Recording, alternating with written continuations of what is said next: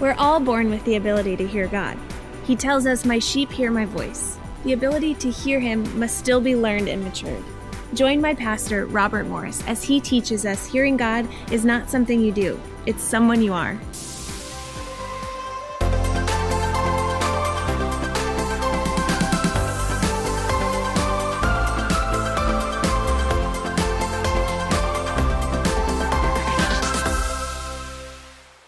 So I want you to turn to John chapter 10. I want to begin to introduce this first message to you, and I want you to think about what is the main difference between a believer in Jesus Christ and a non-believer. What's the main difference? And let me give you the answer. It is that a believer has a personal relationship with Jesus Christ. Is that right? That would be probably the major difference. An unbeliever does not have a relationship with Jesus. A believer in Jesus has a personal relationship with Jesus. So let me take that just a step further. If you are praying about a new job and an unbeliever is praying or thinking about, I should say that way, a new job, is there any difference in the way these two people are going to approach this situation? Of course there is. Because the unbeliever gathers facts and tries to make the best decision he can, but the believer gathers facts and asks God what his will is. And God can lead you. And wouldn't you rather make decisions based on God's knowledge than on yours? Because God knows if the company interviewing you is going to go out of business in a year. But if you have a thought that God doesn't speak anymore, I really don't mean this condescending, I mean it the way I'm saying it, I feel so sorry for you. That you have a personal relationship with someone who never speaks to you. I don't know how personal that is. Let me make this statement to start the series. Hearing God is not something you do. It's someone you are. And if you don't understand that, you may not understand the concept of hearing God. So it's not something you do. It's someone you are. So here's the title of the first message, and granted it's a little different, but the title is, I'm a Sheep. Okay, John chapter 10, Jesus is contrasting himself as the good shepherd with the thief, the robber, who is Satan, all right? So John chapter 10, look at verse 1. We're talking about we're sheep and we can hear God.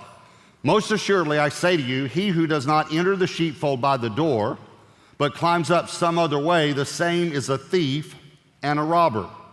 But he who enters by the door is the shepherd of the sheep. To him the doorkeeper opens, now watch this carefully, and the sheep, watch, hear his voice. Can you just say those three words?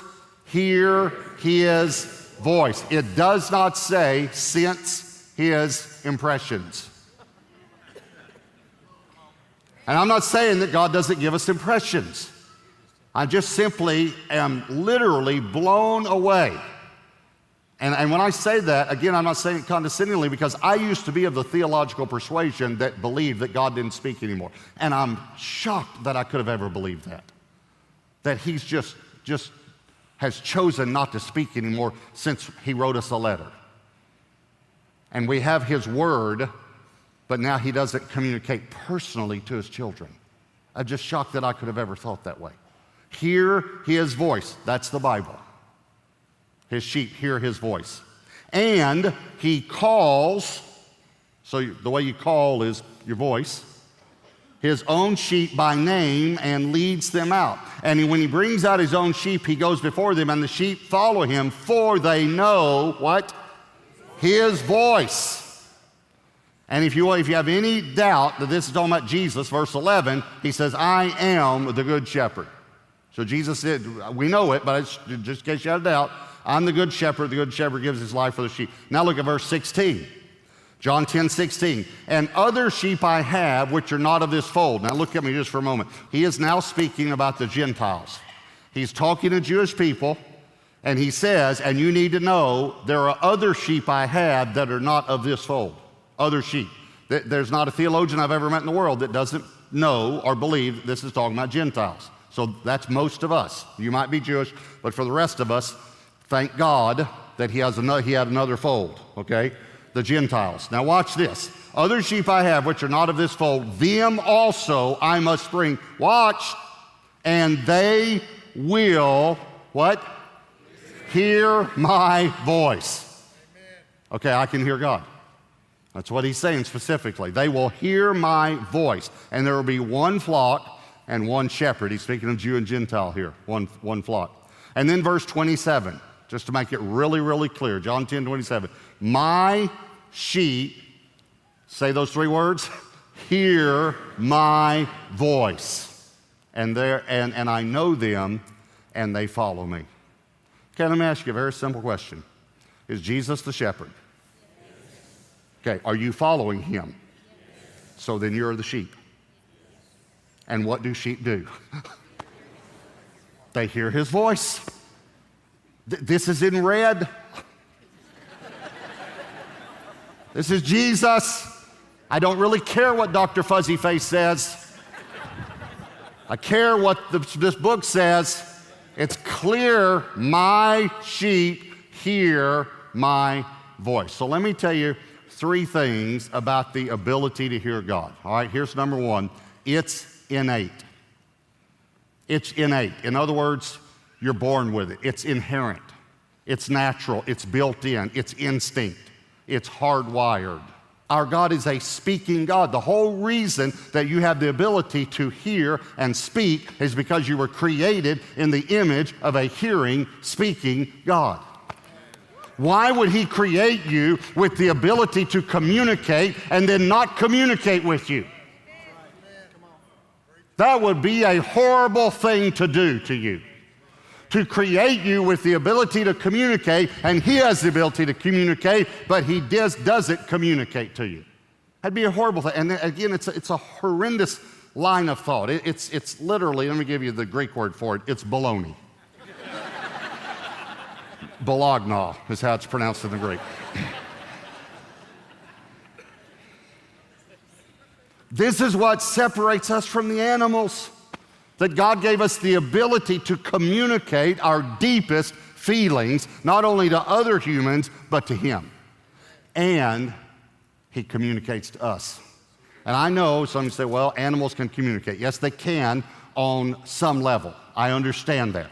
But they can't communicate like we can. They can't. You know, I was watching the Discovery Channel one time. There's a guy sitting in a room all day listening to whales. He had these earphones on. He was listening to recordings of whales. Ooh. And then they said to this guy, what's he saying? I'm telling you the truth. That's also the video. Here's what the guy said. He's lonely. I thought, no, you're lonely, pal. You need to get out of this room and go talk to some people.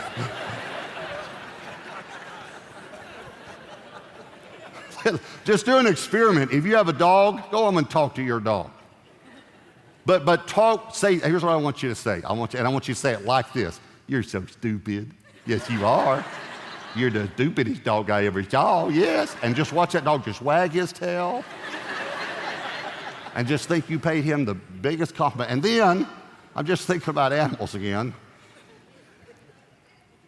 Why do dogs bark at night? Has anyone figured that out? All night. All night. Row, row, row, row, row, row, row, row, row, row, row, row, row. Row, row. And here's what we do. We open the door. Shut up! What do you expect the dog to do? My bad.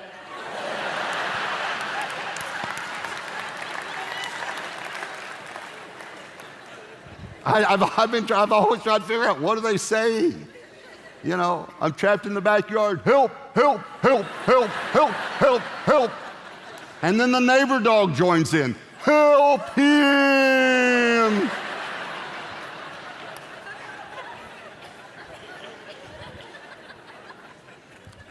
Okay, I'm sure they have a level of communication. But they were not created. I'm not trying to put animals down. I know we all love animals, but I'm just telling you, they were not created in the image of God. But you were. And you were created in the image of a speaking God. And he created you with the ability to hear him because he says very clearly, I am the good shepherd and my sheep hear my voice. It's innate. You're born with the ability to hear God. Here's the second thing. It's learned. Now you might say, well, that's kind of a contrasting thought. You're saying I'm born with it, but you're saying I need to learn how to hear God. Absolutely. And I can give you the greatest example in the world. Children. They're born with the ability to communicate, but they need to be taught.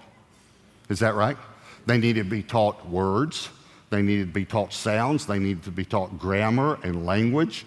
They need to be taught what to say, and they need to be taught when to say it. Is that right? They learn in their ability to hear God. You know, if we said we're going to have a class on prayer, you'd say, that's, I need that. And even the disciples said, teach us to pray. But let me remind you that hearing God is the second half of prayer. Because if you can't hear God, why would you pray?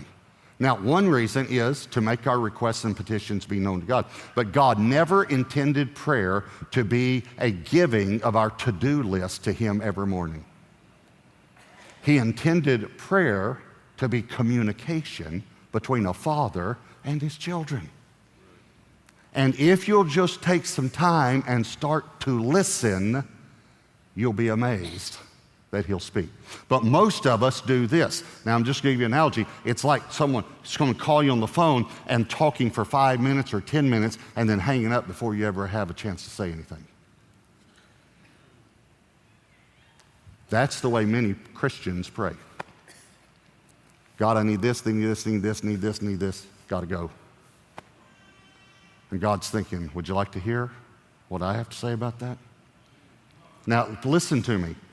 Hearing God is not is not dependent upon knowledge or depth or wisdom. It's simply dependent upon being taught, because we all need to learn. Children need to learn. So it's innate, it's learned. Here's the third thing I want to tell you about the ability to hear God. It's matured. So the ability to hear God is innate. The ability to hear God is learned. And the ability to hear God is matured. Okay, let's think about children again. Do children need to mature in their communication skills? Okay, let me give you some examples just to help remind you. Children, before they're taught, will say things that you're not supposed to say. Man, are you fat? How old are you, Grandma? Okay. We don't ask Grandma how old she is. You just have to teach them. We're talking about maturity. Let me tell you a few philosophies of hearing God that are immature, okay? One is a message a minute. Now I'm using Dallas Willard's phrase here. Dallas Willard was a great theologian, went to be with the Lord in 2013, wrote a book called Hearing God, and it's a great book. But he talked about this, a message a minute. These are the people that tell you, they hear God like 300 times a day. You know, you be in the restaurant, they'll say, God just told me not to put salt on my food. And you feel like saying, you could have read the article in Reader's Digest last month and, too. Okay. And let me ask you this. Do you want God to have to tell you everything to do? Now, does God want to communicate with us on a regular basis? Yes, but for fellowship, not for instruction alone. I mean, all right, let me say it this way. What parent here wants to have to tell your children everything to do, even when they're in their 40s? Wouldn't you like them to grow up and learn how to make wise decisions? Certainly. Okay, I'm simply saying that God does speak, God can speak all day long to you, but the person that gets a word from God every minute, that's probably not the best philosophy to have, okay? So one's a message a minute. Here's the second way that philosophy is that I believe needs to be matured, is the point and hope philosophy. These are the people that I open my Bible, close my eyes, point it, and I hope I hear God, right? I hope I'm not in the begats. That's what I hope. Okay, now, I'm not saying that you can't open your Bible and it falls to a place that God speaks to you. That's, obviously, He can, and He can easily do that out of, 1,187 chapters, 31,103 verses, okay? God can do that. That's not hard for God. But I'm just saying I wouldn't do that on every decision, okay? I actually have a friend of mine who was, this is true, he's a member of this church, in business, and his business was struggling. Okay, so that you got to catch that, because it might take you a moment to catch what happened to him. His business was struggling. He'd heard someone say that, so he closed his eyes, opened his Bible, put his finger down, and this is what he read, chapter 13.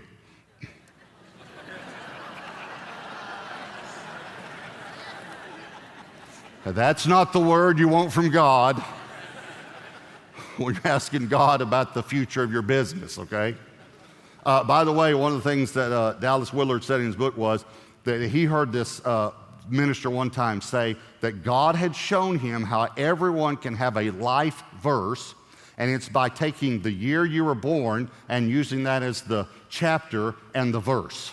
Okay, the only problem with that is most of us are born 19-something, and the 19th chapter of Joshua has the most verses in it, and it has 51. 1951, Joshua. So if you were born after 1951, no life verse for you. But Dallas Willard heard this guy say it, so he thought, well, I'll just, I was born in 1935, so I'll just see if God has a life verse. So he went to the first book of the Bible, Genesis 1935. This is what it says. So they got drunk and slept with him.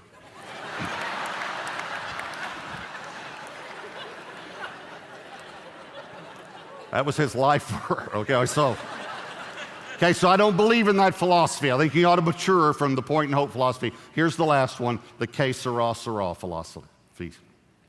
Que sera, sera, they really don't know whether the guy took it from Spanish or Italian. It's close to each language, but doesn't really work in either language. But the American who wrote it thought it did. But what it means is whatever will be, will be. Doris Day singing. How many of you remember Doris Day singing? Okay, we're going to have to get some younger people in the church. Okay. So, I do too, I remember, okay, but it's whatever will be, will be. Okay, that's not a good philosophy about hearing God. What it basically means is whatever I choose, that's just God's will. But it's not God's will. Your choice is not always God's desire for your life. So we need to mature to the place where we can hear God's voice and make the right decision. So I want to give you an example of what just happened just a couple months ago, and I haven't told you this. I've been waiting. I just thought about it with this series, and I thought, wow, what a great example of God speaking and why God speaks. This is let me show you. This is the last Christmas card that we sent, a picture of my family. And so you can see there on your right is my oldest son, Josh, his wife, Hannah, Grady, and Willow. Debbie and I in the middle there, and then on your left, Ethan, my son-in-law, and Elaine and their two daughters. And you can kind of tell Ethan is my son-in-law.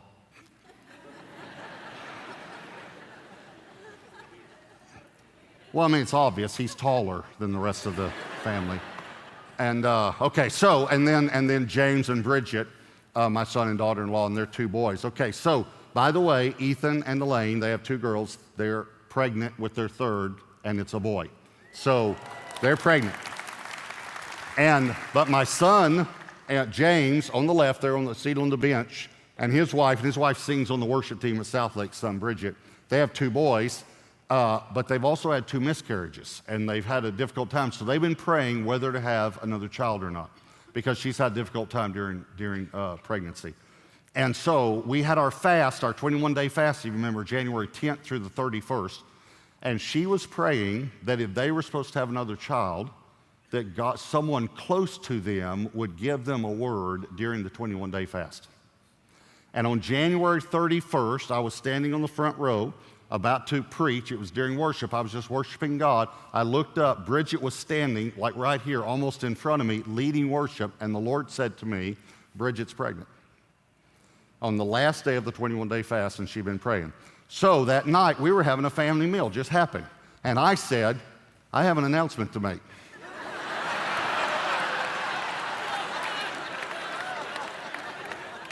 Well, I did. And so they were like, oh, okay, what's your announcement? And I said, Bridget's pregnant. And everyone kind of laughed, you know, and then James and Bridget, they looked at me like, are you serious? I said, yes, I'm serious. Bridget's pregnant. I could see the look on Bridget's face as she's processing because she'd prayed this and she had not told James that she had prayed this. She just prayed someone close to them would give them a word. So she's processing. And so then James said, well, she's not pregnant. I didn't say that. She's not pregnant. It's impossible. She's not pregnant. And I said, well, you say whatever you want. I'm telling you, the Lord said she's pregnant. So because I was so strong, and they kept coming back to me, even before they left, they came over and said, now, are you serious about, I said, I'm serious. God said it. So they went to the doctor. And the doctor said, well, you're not pregnant. As a matter of fact, your progesterone levels are too low.